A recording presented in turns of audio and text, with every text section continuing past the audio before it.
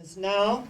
We know that nothing happens by chance, that we are here by divine appointment. And as I welcome our viewing audience, I acknowledge also that you tuned in at this moment because there is a miracle in this Palm Sunday for you as well. And as we come together in community, we are the two or three gathered together for a purpose higher than ourselves. Where two or three are gathered in my name, there I am in the midst of them. The sacred I am presence where the whole becomes greater than the sum of its parts. The synergistic mind of God arises, and we move literally to the next level on the spiral. If we're at all receptive, we come together in community, and I always say that metaphysicians are the largest group of non-joiners on the planet because we didn't know that there was a community of people that believed as we believe, that we're all one, that all paths that lead to God are good, that we have no creed but love, we have no doctrine but the golden rule. And when we feel energetically that connection, then through the law of attraction, we find where we're supposed to be. And I love this way of life because it allows us to grow and unfold at our own pace. And as we grow and unfold, we reach new heights of energy. And that was Jesus' mission, is that he said, I came that you might have life and have it more abundantly. He was very, very clear on his message. At 12 years old, his parents couldn't find him. They looked here, they looked everywhere, and they found him in the temple with the rabbi. And they said, oh, we've been looking. You can just imagine. I've been looking for you everywhere. Here you are. And he said, well, Mother, if it's not one thing or the other, it's Mother.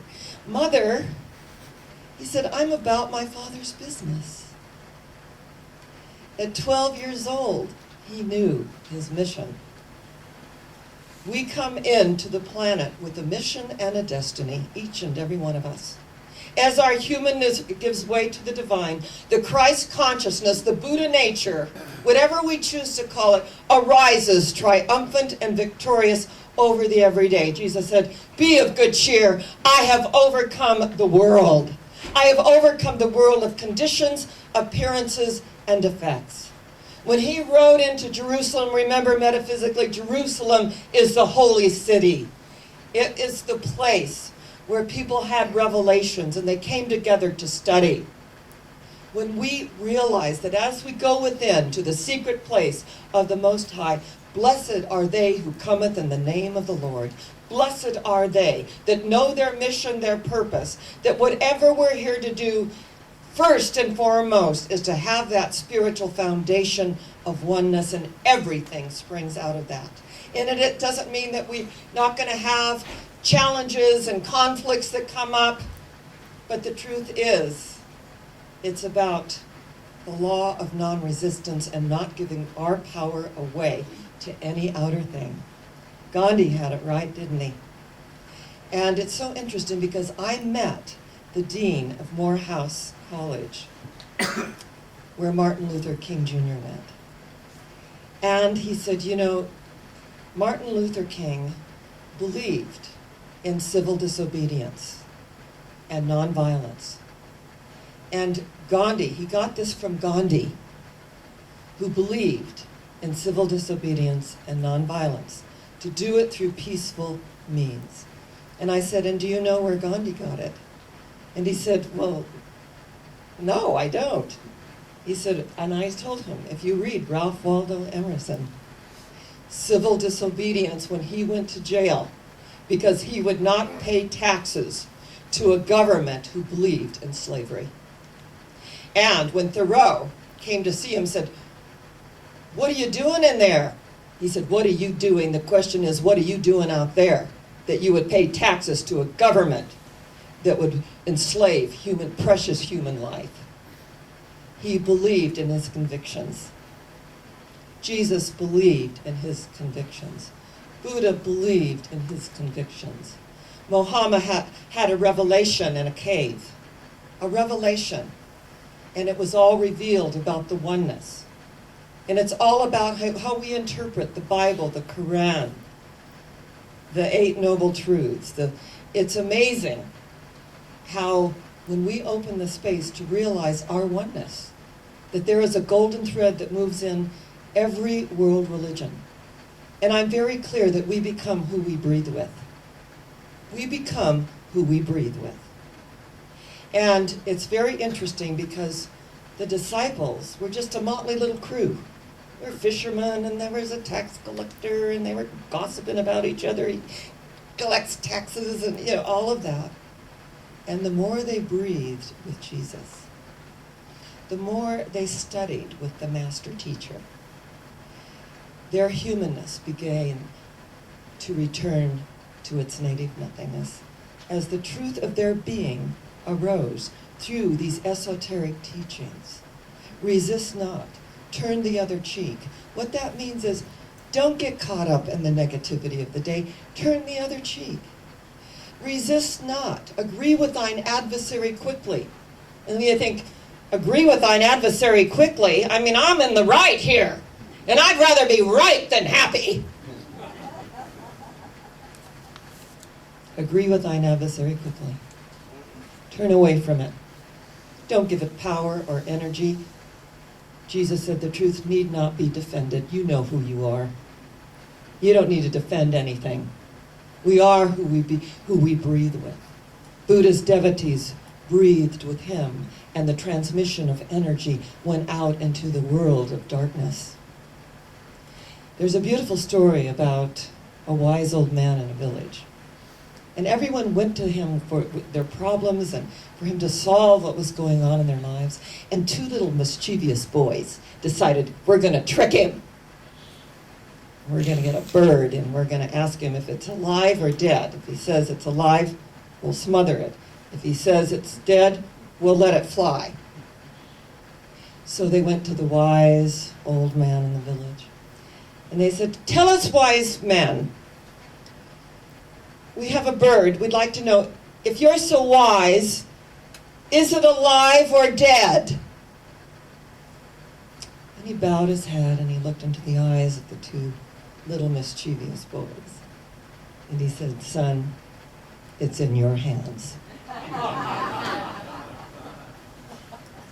Life is in our hands. Will the bird fly? Will we release it in the energy of the all that is? I came that you might have life and have it more abundantly.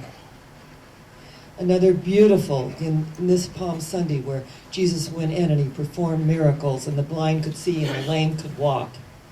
Symbolically, we pick up our emotional beds. We walk through the storm. We walk through the experience. We walk through whatever is in front of us at that given moment. We walk through it. Pick up your bed and walk. Blessed are they who have eyes that see, not just what's here, but can see into the truth and the soul of humanity, to the truth of being. Blessed are they who have ears that can really hear energetically the song that the angels sing. Reverend Dennis and I were talking this morning. I get up at dawn on Sunday morning. It's dark, and the birds are chirping. They're announcing their presence to the dawn, even though the sun is not shining. And we can hear those beautiful birds and the energy of life and nature. Blessed are they who cometh in the name of the Lord, in the name of who they are, their spiritual awareness. Blessed are they. And this story is about a woman named Victoria, and Linda will appreciate this. She's from Tennessee, and she was the art director of the Tennessee Commission of Arts. Now, this week, I went to the Palm Springs Art Museum, where our own beautiful Carl Keith works. Carl is our board president of our Vision Council, and a light unto this ministry. And I was sent a celebrity canvas to paint something, to make something. Now, my father, remember, I have shared with you, he was an artist. He was amazing. He worked for Disney as an animator. He was also an alcoholic, so they didn't look kindly on him going on binges and not showing up for a week at a time. So he lost that position. So I'm looking at this empty canvas. I'm kind of thinking about my father, and is there anything else I need to heal with him? I mean, I worked on that for years and years and years, and every once in a while something comes up. And I get to go within, release, do forgiveness. And when you've been raised in an abusive home and you see things in the world, the residue comes up where we get to go within and address it once more. Forgive them, Father, for they know not what they do. So I'm looking at this canvas, and I'm a little terrified. I don't feel that I'm artistic. I've got other gifts. I'm very aware of them. But an artist, in that sense, I don't feel that I am. So I looked at this empty piece of canvas for a lot of weeks. They sent it to me 2 months in advance. And Julian was the one that said, do you know Dr. Sharon Stroud? And they said, oh, she's a legend in our town, and we're going to send her this canvas. And I'm looking at this and thinking, I can do this. I can do this. And so someone gave me some beautiful tissue paper, and it had like an oriental design on it. And I got the spray glue out and put it on. I thought, oh, that's very pretty. Then I began to think of other things, and I took the Chinese character of prosperity, and I had worked this into the collage and took the spray glue and sprayed it on. It's looking pretty good here. Needs a little something, a little black tape around it to frame it, and I'm just doing this whole thing and kind of working with it and breathing into it. And I'm looking at, it's so interesting, they send you a brochure of what others have done. They're like Van Gogh and Monet, these little canvases. I'm comparing mine, to these. And a friend of mine said, well, don't compare. And I said, thank you, student, thank you. And I finally feel like it's complete. I take it to the art museum. I unveil it first to Carl. He says, oh, it's very, very good. I said, is it? Oh, it's very good. I said, oh, wonderful. He calls the art director that's going to put on this exhibition. It's $99. People will pay $99 for your artwork that will go to the museum, the children's educational program. So, I'm feeling really good about that. So then, Randall comes, and he's the art director. He says, oh, this is very good. I said, is it? I want all the approval I can get. Yes, it really is. And he wrote me an email as such. I have it in writing. And I went through this whole little process. So this woman, Victoria, who was the commissioner of art of Tennessee, she said that she lifted, they were having a huge exhibition, and she lifted a crate of rocks. And she said she crushed her spinal column, that she couldn't feel her legs, her arms, or her upper back. She went on workers' comp. The state of Tennessee was done with her, and they cut her off of her workers' comp. She'd used her mutual funds. She'd used her life savings. She was about to lose her home. And a friend came over with a bowl of soup and sensed the panic in her and created a network where people came for breakfast, lunch, and dinner. She said, they bathed me. They fed me. They read to me. She said, and then they created Friends of Victoria art exhibition for everyone that she'd worked with, and called every single artist to donate to the fund of saving her home. She said over 200 respondents came with their artwork, 500 attended, and one night, and this is in 1997, we raised $20,000. They not only saved my house, they saved my spirit. Where 2 or 3 are gathered together in my name, there I am in the midst of them. The energy, the outpouring of love. And they were from all walks of life and all religions, but they had one thing in common. They loved with an everlasting love. They had the love as a little child. And this is our friend, and we want to give to her. And she said, the Friends of Victoria, I had never felt so much love in all my life as I did when my friends came and cared for me and loved me and fed me and bathed me and read to me and created Friends of Victoria. Did I get well? I had a healing. My doctors call me the miracle patient. What is my mission? To help others. And I have, from all walks of life, I have paraplegics, whatever. They come and they bring their artwork to our gallery. This is my mission. Out of my weakness, the Apostle Paul said, I have found my perfect strength.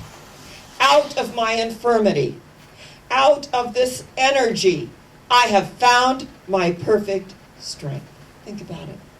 Think about your lowest point in your life, and someone extended their hand in love and said, you are not alone. You are loved with an everlasting love. Behold, I set before thee an open door, and no man can shut it. No man can shut it. We might look at life as an empty canvas and use the resources that are available to us. Someone gives us a little gift here, and we have a vision, and we put it all together, and someone says, oh, how nice, that's good. It surprises us. We need that confirmation, that affirmation at times from one another, because you know what? We are human. And through the milk of human kindness, we grow and unfold in miraculous ways. White Eagle, who is an entity in the universe, and there are many, many White Eagle books, and I've had them for over 40 years. I have all kinds of volumes. Jesus, teacher and healer. And White Eagle, it channels, it's a channeling of White Eagle. And he talks about Jesus as healer, and that people were healed in his presence because he did his work. He knew from whence he came. When the centurion came to Jesus and said, my servant is ill, he said, I will go immediately to him. And he said, no, you're so powerful, just speak your healing word. And what did Jesus say? I have not seen such a greater faith in all of Israel than this man, because he has asked me to speak my word, to heal him, in other words, remotely. By speaking my word. In spiritual mind treatment, we speak our word into the law of mind. We speak it as an already accomplished fact in mind and experience. And I love the Sunday school story, and you know it's my favorite story, when the little kid is drawing a picture of a tree, and he's doing it all purple. And the teacher came by and said, what is that, a purple tree? I've never seen a purple tree. And this little boy looked up and said, that's too bad. That's really too bad. I see purple trees. I see things that ye know not of, Jesus said. I see them.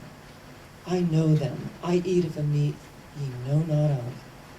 I and my Father, Mother, God are one. And through this oneness do we live and move and have our being. Blessed are they that cometh in the name of the one. Blessed are they that know who they are. Because guess what? When we know, we are going where? Higher yet. Where are we going? Higher yet. Where? Higher yet. And so it is. God bless you.